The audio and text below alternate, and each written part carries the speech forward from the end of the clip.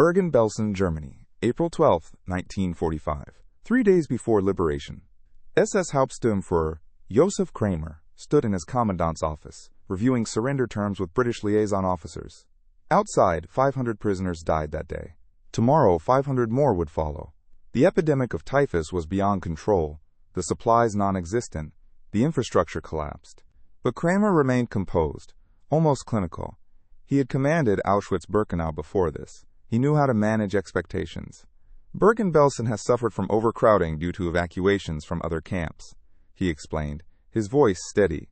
The lack of supplies and the typhus epidemic are beyond our control. We are delivering the camp to the British, so they may assume responsibility for the humanitarian situation. He believed this narrative completely.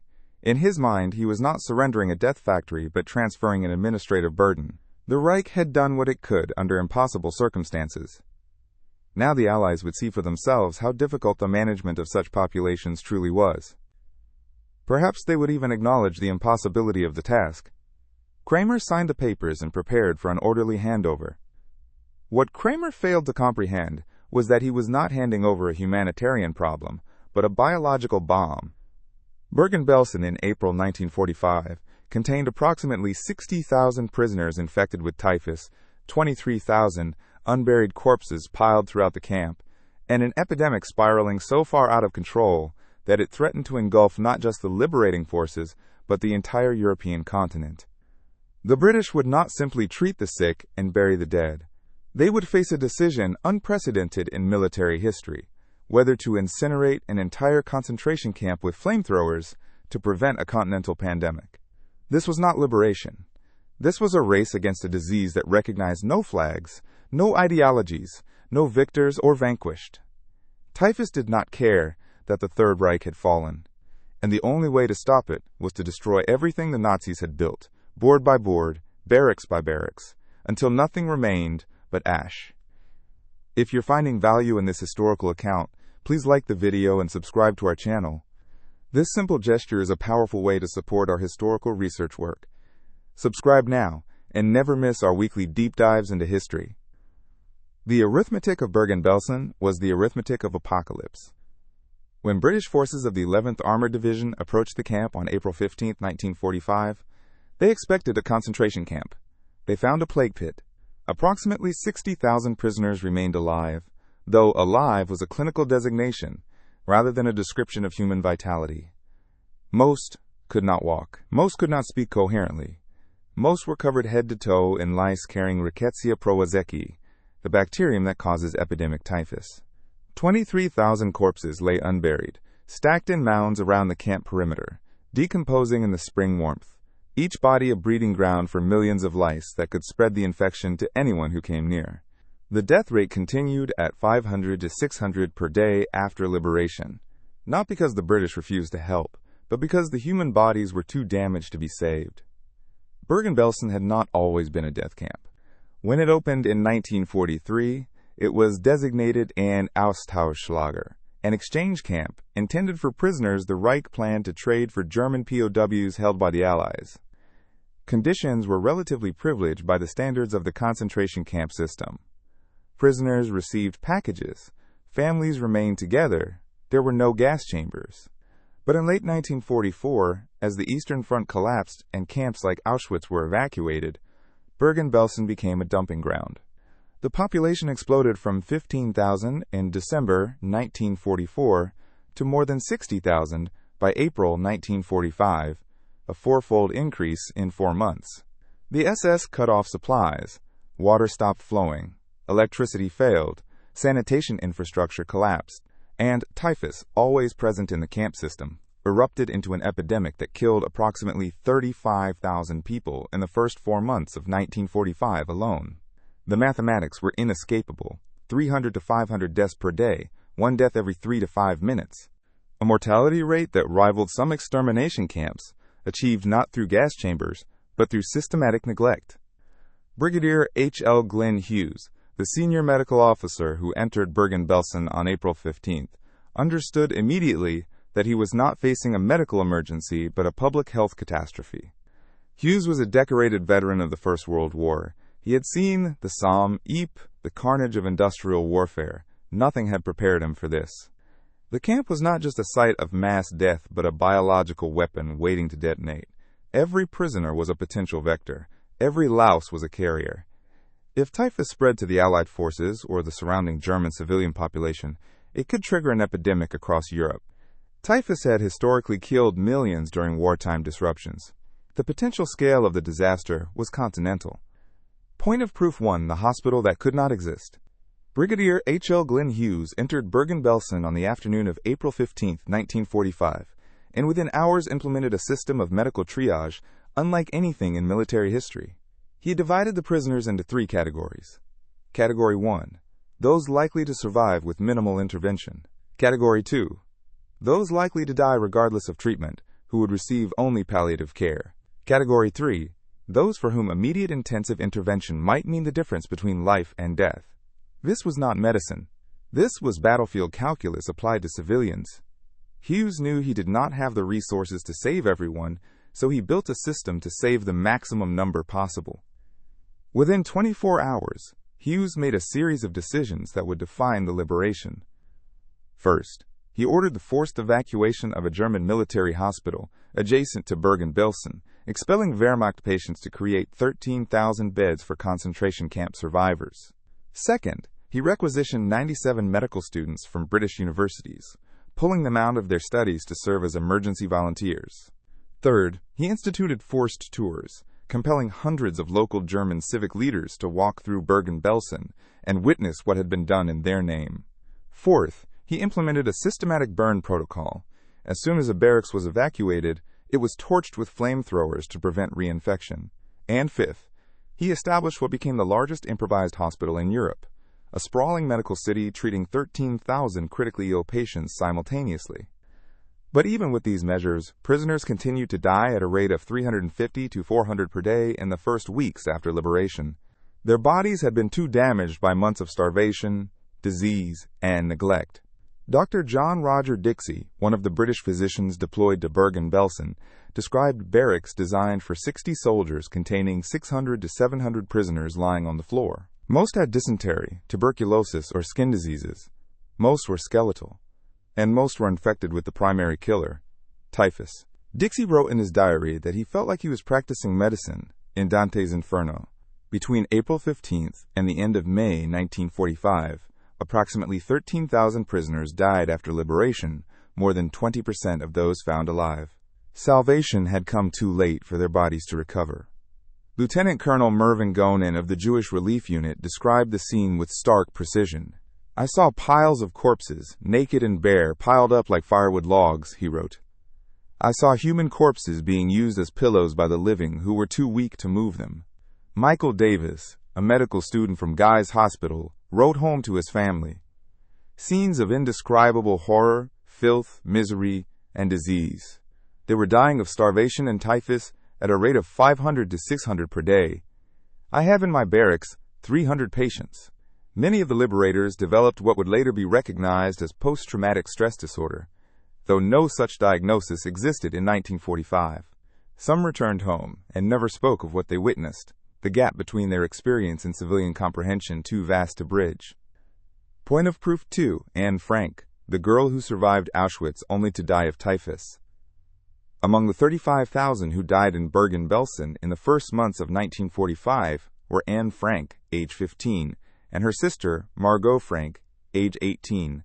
Both had been deported from Amsterdam to Auschwitz in September 1944 on one of the last transports before the camp was evacuated. They survived the initial selection, deemed fit for labor despite their youth. In October 1944, they were transferred to Bergen-Belsen as part of the mass evacuations. They survived the brutal winter of 1944-1945, when the camp's population exploded and the infrastructure collapsed. But they did not survive the typhus epidemic. In February 1945, both sisters contracted the disease. Hannah Gosler, a childhood friend of Anne who was imprisoned in an adjacent section of Bergen-Belsen, later testified that she spoke to Anne through the barbed wire fence in late February. Anne was delirious, covered in the characteristic rash of typhus, skeletal, barely able to stand. Margot died first, falling from her bunk and breaking her neck because she was too weak to hold on. Anne died a few days later, in late February or early March 1945. Bergen-Belsen was liberated on April 15, 1945, 6 to 8 weeks after Anne's death. If she had survived a few more weeks, she would have been saved. Otto Frank, Anne's father and the only member of the family to survive the war, returned to Amsterdam after liberation and discovered his daughter's diary, which she had kept while hiding in the secret annex from 1942 to 1944. He published it in 1947 as Het Achterhuis, the secret annex. The diary became one of the most widely read testimonies of the Holocaust, translated into dozens of languages, read by millions of people around the world. But Anne did not live to see the impact of her words. She was not murdered in a gas chamber. She was not shot. She died of a treatable disease in a camp that was not designed for extermination, in the final months of a war that Germany had already lost, because the SS had decided that feeding, housing, and caring for prisoners was no longer necessary. This was the cruelty of Bergen-Belsen. It transformed a so-called privileged camp into a death camp through pure neglect. Point of proof 3, the biological bomb. The typhus epidemic at Bergen-Belsen was not just a humanitarian disaster, but a strategic threat. Rickettsia prowazekii, the bacterium that causes epidemic typhus, is transmitted by body lice.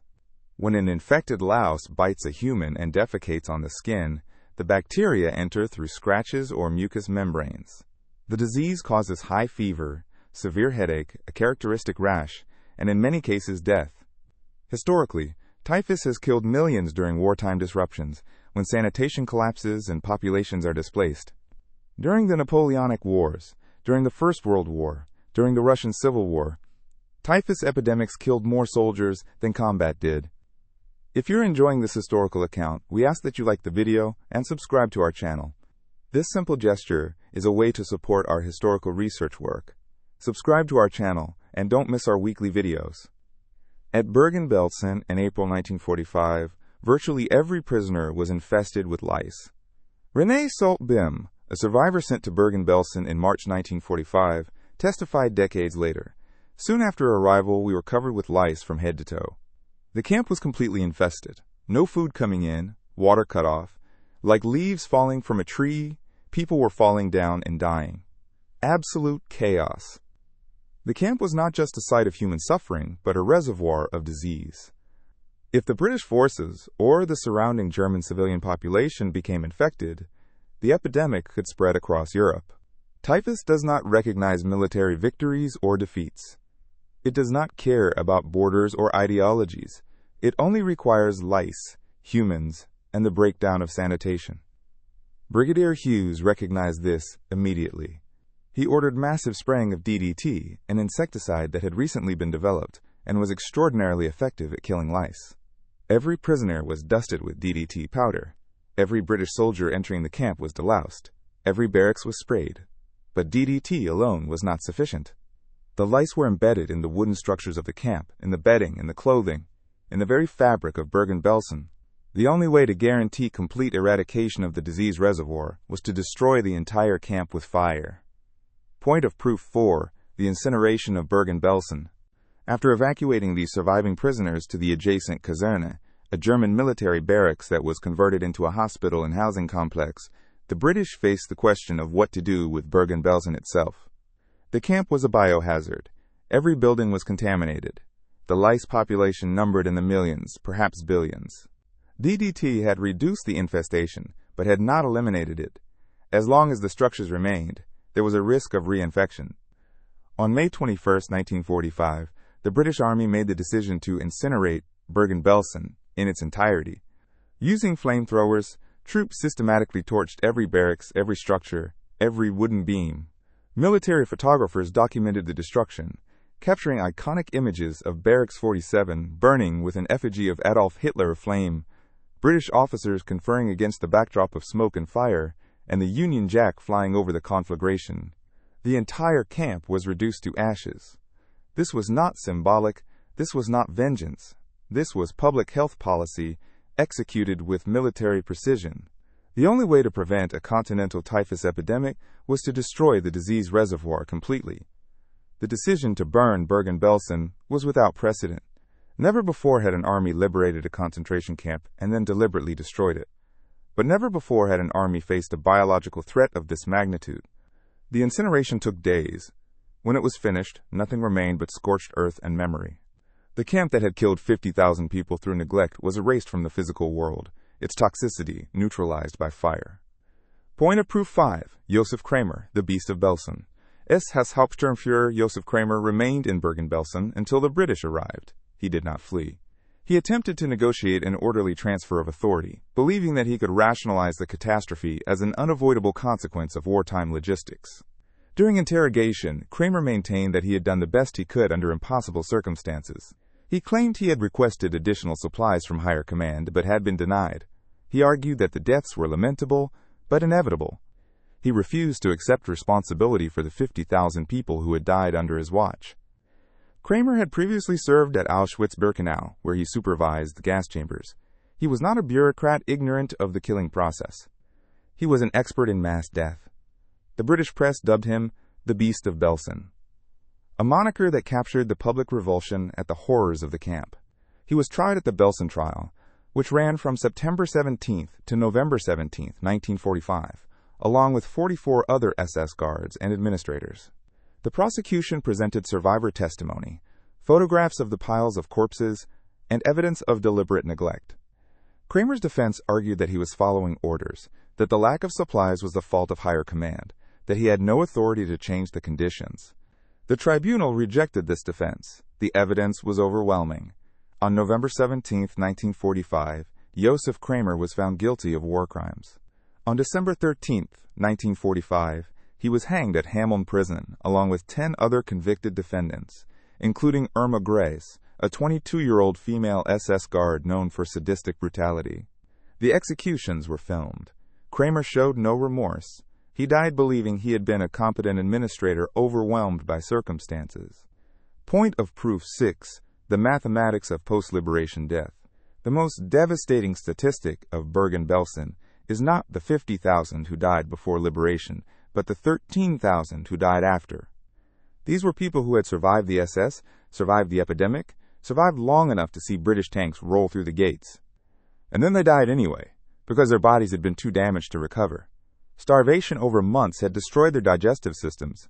Typhus had ravaged their internal organs. Tuberculosis had consumed their lungs. Dysentery had left them dehydrated and skeletal. Brigadier Hughes and his medical staff performed miracles. They established a hospital system treating 13,000 patients simultaneously. They brought in medical students, nurses, doctors, supplies, and equipment. They administered intravenous fluids, antibiotics, and nutritional supplements. They worked 20-hour days for weeks. And still, 350 to 400 people died every day in the first weeks. The human body has limits. Once it crosses certain thresholds of damage, recovery is no longer possible. These 13,000 were casualties of the liberation, victims of a rescue that came too late for their physiology to survive. This is the hidden mathematics of Bergen-Belsen. The camp killed in 2 waves. The first wave, before April 15th, was the result of deliberate SS neglect. The second wave, after April 15th, was the result of irreversible physiological damage inflicted during the first wave. The British did not fail to save these 13,000. The SS had already killed them. It just took weeks for their bodies to realize it. Bergen-Belsen, May 21st, 1945. Brigadier H.L. Glyn Hughes stood on a small rise overlooking the camp as the last barracks were set ablaze. The flames roared into the afternoon sky, consuming wood, fabric, memory, and disease in a purifying conflagration. Military photographers moved among the ruins, documenting the destruction. Soldiers with flamethrowers methodically torched each remaining structure. The smoke was visible for miles, a black column rising into the German Spring. Hughes had spent 5 weeks in this place. 5 weeks supervising the largest medical emergency in British military history. 5 weeks watching people die even as he tried to save them. He had entered Bergen-Belsen with 60,000 living prisoners and 23,000 unburied corpses. Now he had 47,000 survivors evacuated to safety and 13,000 additional dead, despite every effort of modern medicine. He had done everything a military physician could do: triaged, evacuated, treated, mobilized resources, established hospitals, brought in specialists. And still, 20% had died after liberation. But the worst realization was not the deaths. It was the necessity of this fire. Hughes understood that the Nazis had not just killed 50,000 people at Bergen-Belsen. They had transformed the camp into a biological weapon, a reservoir of disease that threatened the entire continent. Liberation was not the end of the Nazi threat. It was the beginning of a race against an epidemic that could kill millions if it spread beyond the barbed wire. And the only solution was total destruction, not symbolic destruction, not partial destruction. Complete incineration of every structure, every piece of wood, every scrap of fabric that could harbor lice and the bacteria they carried. As the flames consumed the camp, Hughes reflected on the bitter irony. The Allies had fought to liberate Bergen-Belsen, but salvation required erasing it from existence. The Nazis had built a place so toxic, so saturated with death, that the only way to neutralize it was fire.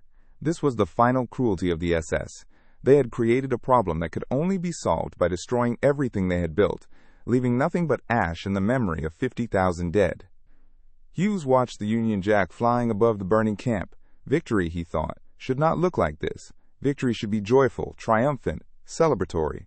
But there was no joy at Bergen-Belsen, only exhaustion, trauma, and the grim satisfaction of a threat contained.